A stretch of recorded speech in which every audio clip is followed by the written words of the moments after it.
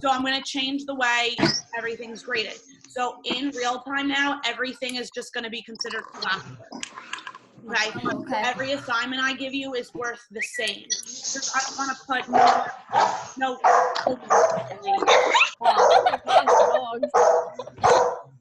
Right, sorry, I had to mute you all. So whoever had the dog was loud. So I'm going to change that grading. So everything is worth the same thing. So every assignment is equal. So if you had a couple lower grades in the beginning, right now you have 3 grades for marking period 4. It might be a little bit lower because everything is worth the same. So if you got like a 0 on an assignment and 100, your average right now would be a 50. So everything is going to be worth the same. So you're putting equal effort into every assignment, because I didn't want to like make a test. I didn't want to give you something that's like an hour and a half long that you need to do at home. So I think that was fair, just to make everything worth the same thing. Okay, so I'm ready to start. Okay, so I'm going to share my screen with you. Hold up. Bye. So we're going to stick with 3-dimensional shapes, and we're going to start talking about surface area. So what I want you to do right now is I want you to title your notes. So I want you to follow the 2 little things here. So title your notes, surface area of cubes and rectangular prisms, and then I want you to write down the definition.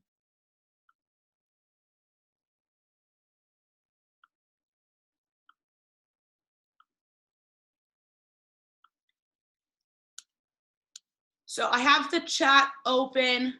So if there's something as I'm going through you want to ask, just like you guys did last time, just like type the questions as I go through.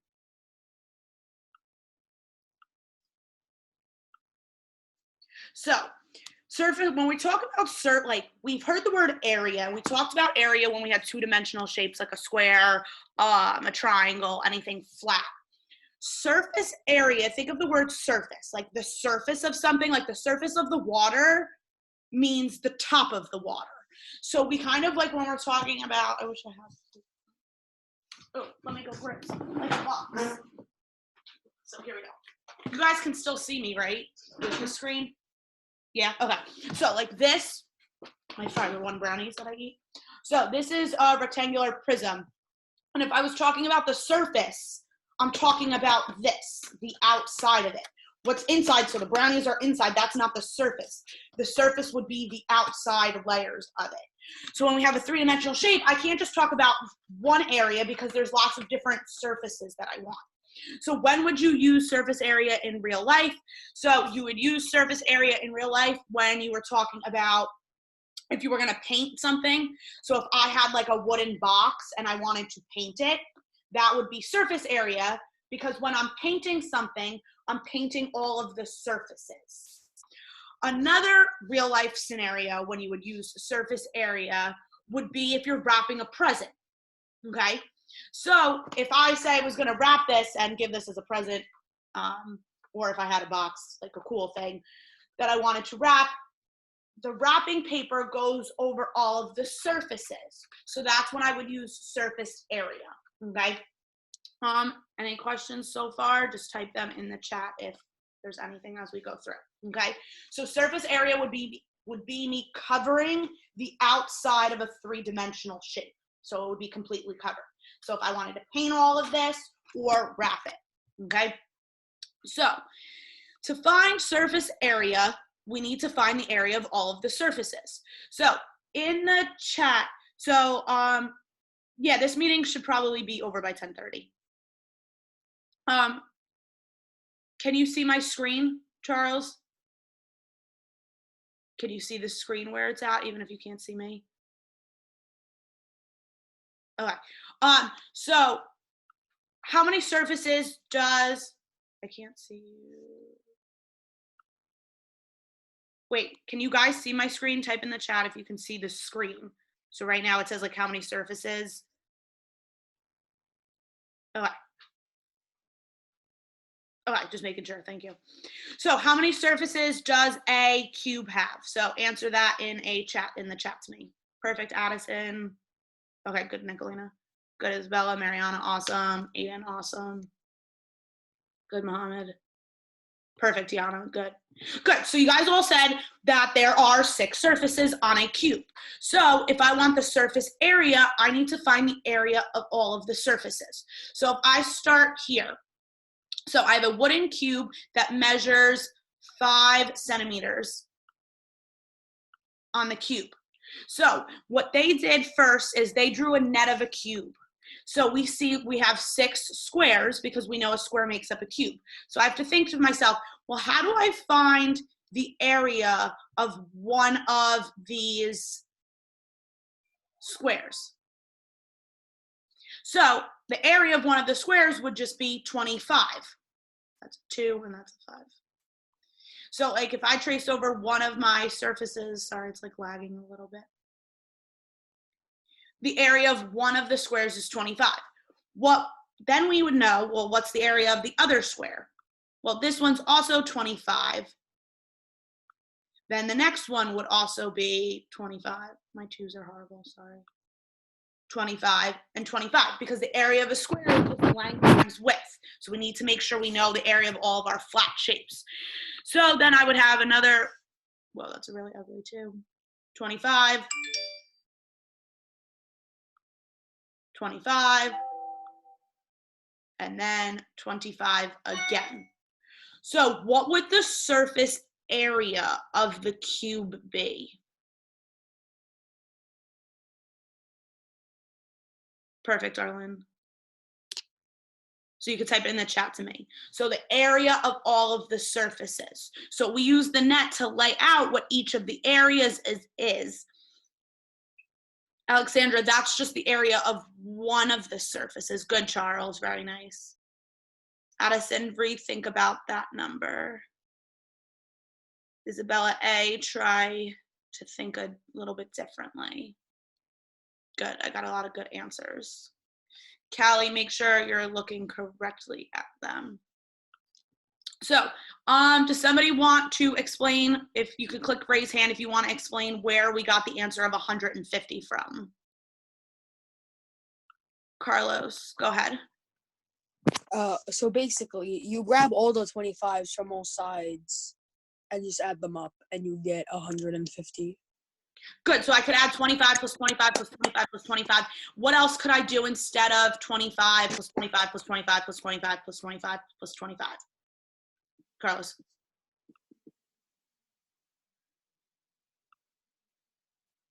Zainab. Oh, multiply 20. Wait. Ooh, I still have. Go ahead, Carlos.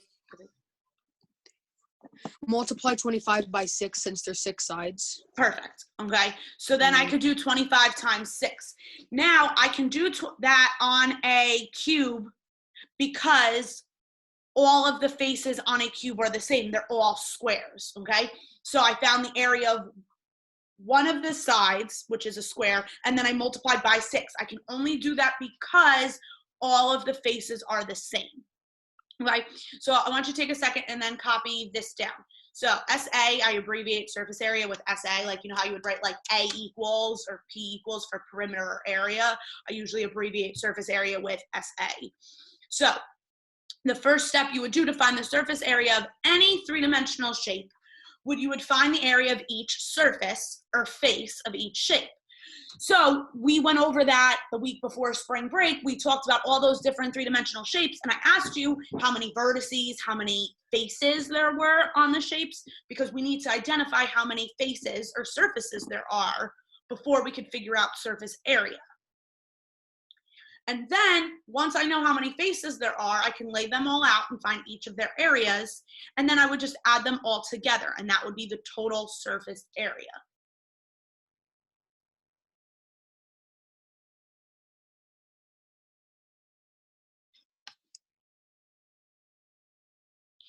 Somebody asked how to raise their hand on a laptop. I think if you click like more, there should be a button that says like raise hand. Okay, I'll give you another minute to copy that down. Yeah, Yana, that's fine. Oh, somebody else said you can click participants as well. And then there should be, and it will show up. Thank you, Lucas. I think that was you. Okay, I'm gonna move on to the next slide. If you didn't get this all down, when I post a recorded video, you can go back to it, okay?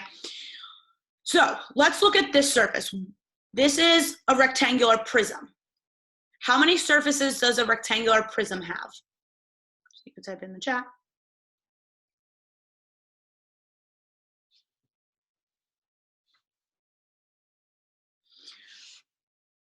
Good. So I like that the answers that I see. So if you look at the picture that I give you, you only see that it has 3 faces, but we know that there are 6 total faces on a rectangular prism, okay?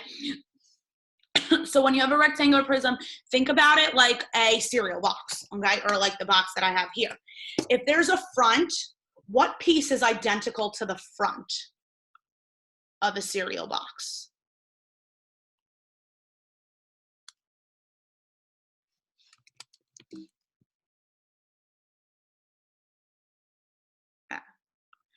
Jada, can you answer? Let me see. Will it unmute you? Yeah. Jada, can you answer that for us? So if you have the front of a cereal box, what piece is identical or the same to the front of a cereal box? The back. Perfect, the back. And then if I have the top of the cereal box, what piece is identical to the top of the box? The bottom. Good, and then the left side is also the same as the Right side. perfect. Thank you, Jada. Okay, so we know that we have 6 surfaces here. So what I like to do when I have a rectangular prism, I like to lay it out like I did here for us. So I like to write the top, the bottom, the front, the back, the left, and the right, because I know I need to like get 6 surfaces. If I find one of the surfaces, I can't multiply by 6 like I did the cube. Why can I not do that?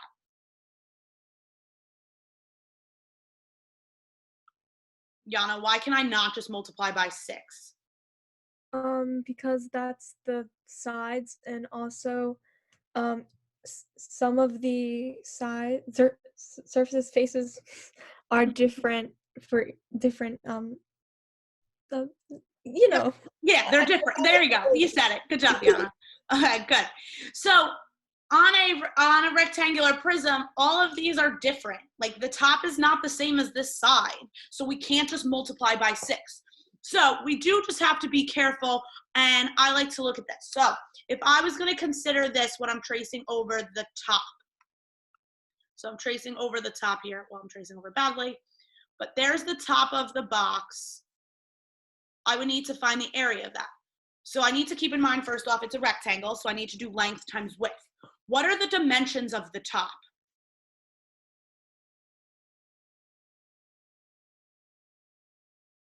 So I have to ask myself, I don't see it labeled, but I should know what the dimensions are there.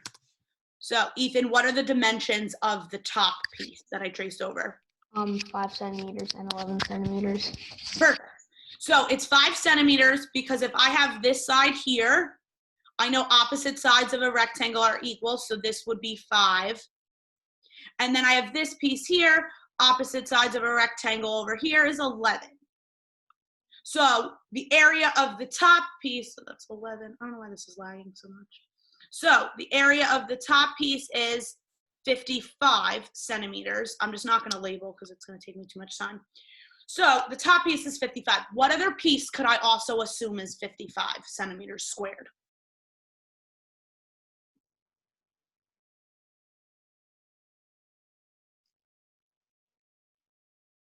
Perfect. The bottom would also be 55 because like Jada told us, the top and the bottom are equal to each other. So again, I'm finding the area of each of the surfaces. So on any rectangle, there's a length and a width. So you need 2 dimensions, we call them. So if I look where I traced over, I have this piece. Yes, I would write these down. So I have this piece, what I traced over. Well, it doesn't tell me how many centimeters it is, but I know down here, this is 11, and opposite sides of a rectangle are equal. So if this piece down here is 11, so is this piece. Then on this side of the rectangle, I have this piece. Well, what piece matches that? Well, the piece down here, because opposite sides of a rectangle are equal, so that would be 5. Okay, so now I need the front and the back. So if I'm going to call this the front of my rectangular prism.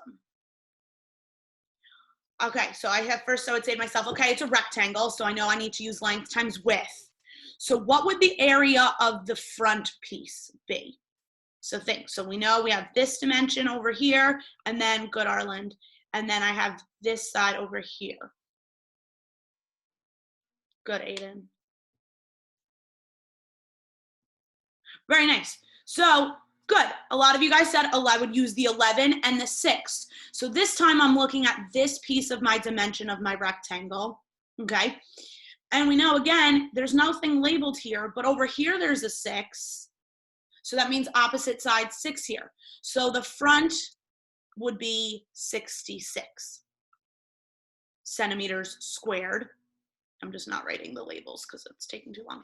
So if I know the front is 66 centimeters squared, what other piece could I also assume is 66 centimeters squared?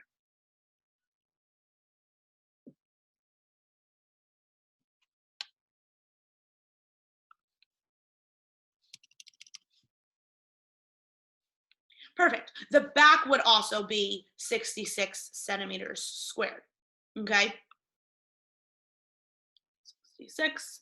And then I still have, I'm not done yet because right now I only did 4 surfaces. We know that a rectangular prism has 6 surfaces, so we need to get 6 different numbers. So I have 55, 55, 66, 66, and now I need the left and the right piece.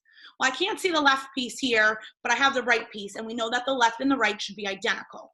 So if I trace over in blue, this is what I would consider my left and my right, and what would the area of that piece be?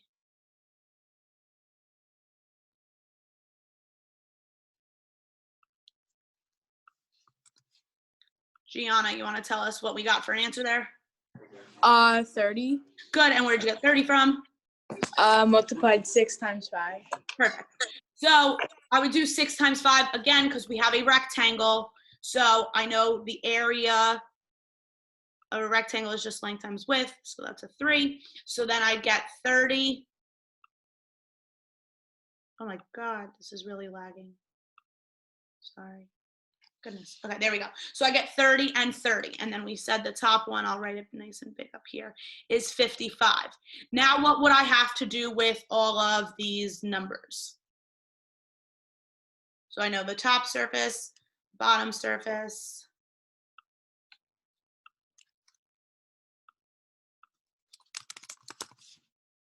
So Aiden, what would I have to do with all of these numbers? You would have to add 66 centimeters, 55 centimeters, and 30 centimeters. So how many numbers am I adding together?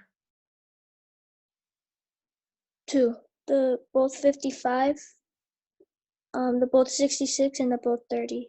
Good. So I have to add 55 plus 55, 66 plus 66 plus 30 plus 30. Ethan said something good in the chat. Ethan, you want to explain what you just said? Yeah, you could just add all the numbers and then multiply all the numbers by 2. What do you mean add all the numbers? Like add 55, 66, 30, and then multiply by 2. Very good. So you're not adding all the numbers. You're adding the top, the front, and the left or the right. So you're just adding 3 numbers together and multiplying by 2. Very good. Okay. So you could do that as well. And you can do that because you know that the top matches the bottom, the front matches the back, and the left and the right piece match together. Okay. So if we go back to this cube, just to go through it, I found the surface area of all of the surfaces. We're going to start getting into all of those other shapes, so you need to be mindful of what you're finding the area of. So we're finding the area of squares here. So I did 5 times 5 to get the area of 1 square, which was 25. And then I was able to multiply by 6 because there were 6 identical, the same squares, which gave us, oh my, why is my computer doing this? 150. We're just sticking with cubes and rectangular prisms today, yes. So 150 centimeters squared is the total surface area. So on a rectangular prism, there's also 6, but I couldn't just find the 1 and multiply by 6 because we had different shapes, like Yana said. So I know the top matches the bottom, the left and the right match, and the front and the back match. So I could have added 55 plus 66 plus 30 and then multiplied that by 2, or lay it out and add it piece by piece. So come up with what is the total surface area of this rectangular prism. So I got one person that got it for me. Good, Jonathan.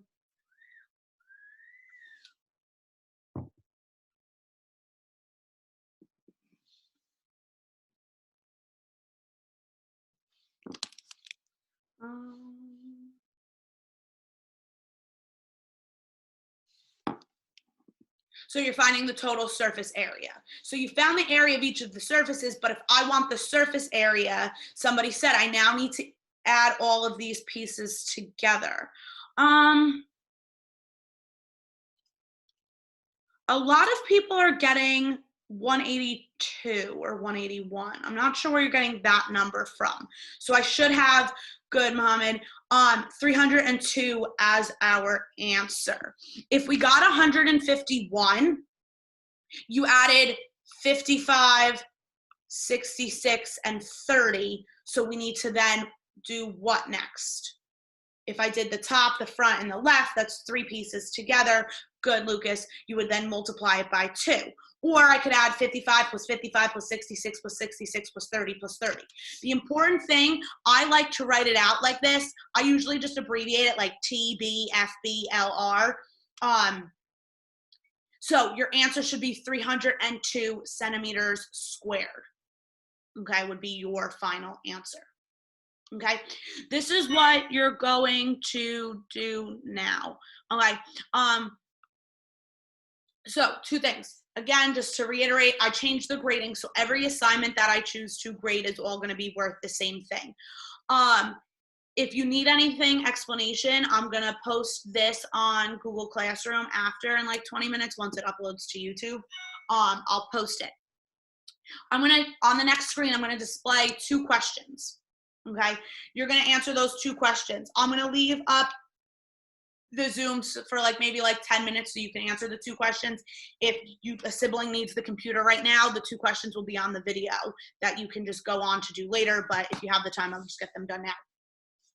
You're going to, under April 20th instruction, I made it a short answer for today. You're going to take your 2 answers and you're going to submit those 2 answers, not on here. Okay? You're not submitting them on the chat.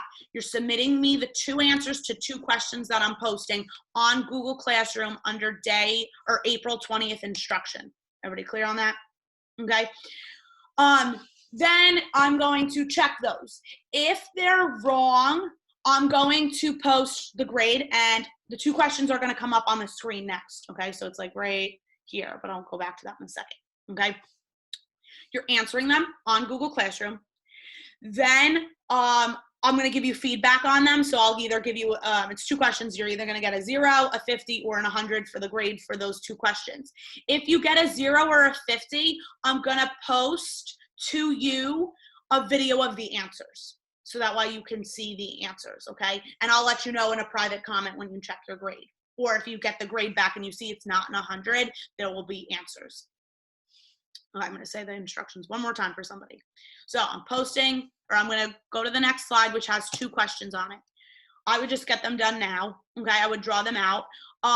You're going to find the surface area for the 2 questions on here. Then you're going to answer them on Google Classroom. You're not submitting them in the chat to me. You're taking your answers that you get on paper from this Zoom, going onto Google Classroom under day 20 instruction, and submitting me 1, 2, and the 2 answers for the surface area that you got. If you get them wrong when I return it to you, there will be a video posted on your stream with the correct answers if you got a 0 or a 50. If you got 100, I'm not going to give you the video of the answers because that means you got it. Everybody clear on that? Yeah? Okay. Okay, so I'm going to, here are the 2 questions. So like I said, if you want to just stay on and do them now, go for it. I'll probably just mute myself and then leave this screen up for maybe like 10 minutes, just if you want to do them now. Or if you just want to copy them down, It's not a rush.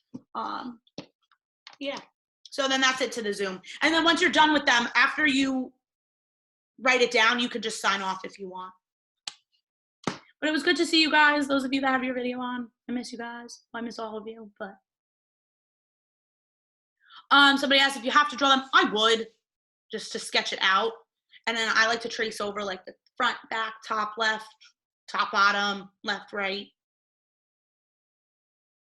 When we get into triangular prisms, like all these other shapes, or like a square base pyramid, you have to think to yourself what each shape is and how many faces. So you're finding the total surface area. So you're gonna have one answer for this first one, and you're gonna have one answer for this one. So this is like number 1. And this is like number 2. So you should have one number as your answer for the surface area.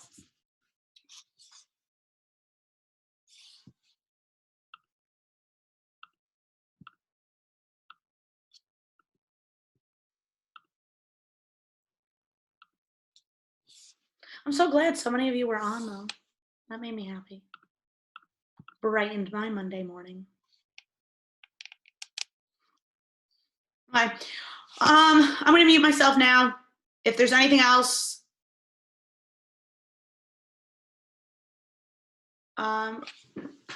you could write it in the chat to me, but I want you to try those 2 problems by yourself. So I'm gonna mute myself now. So if you sign off, goodbye everybody. Thank you. I hope you all have a good rest of your day too, and keep up the good work. You guys have been doing awesome with your math work before break, and I want to just continue staying strong with the math stuff.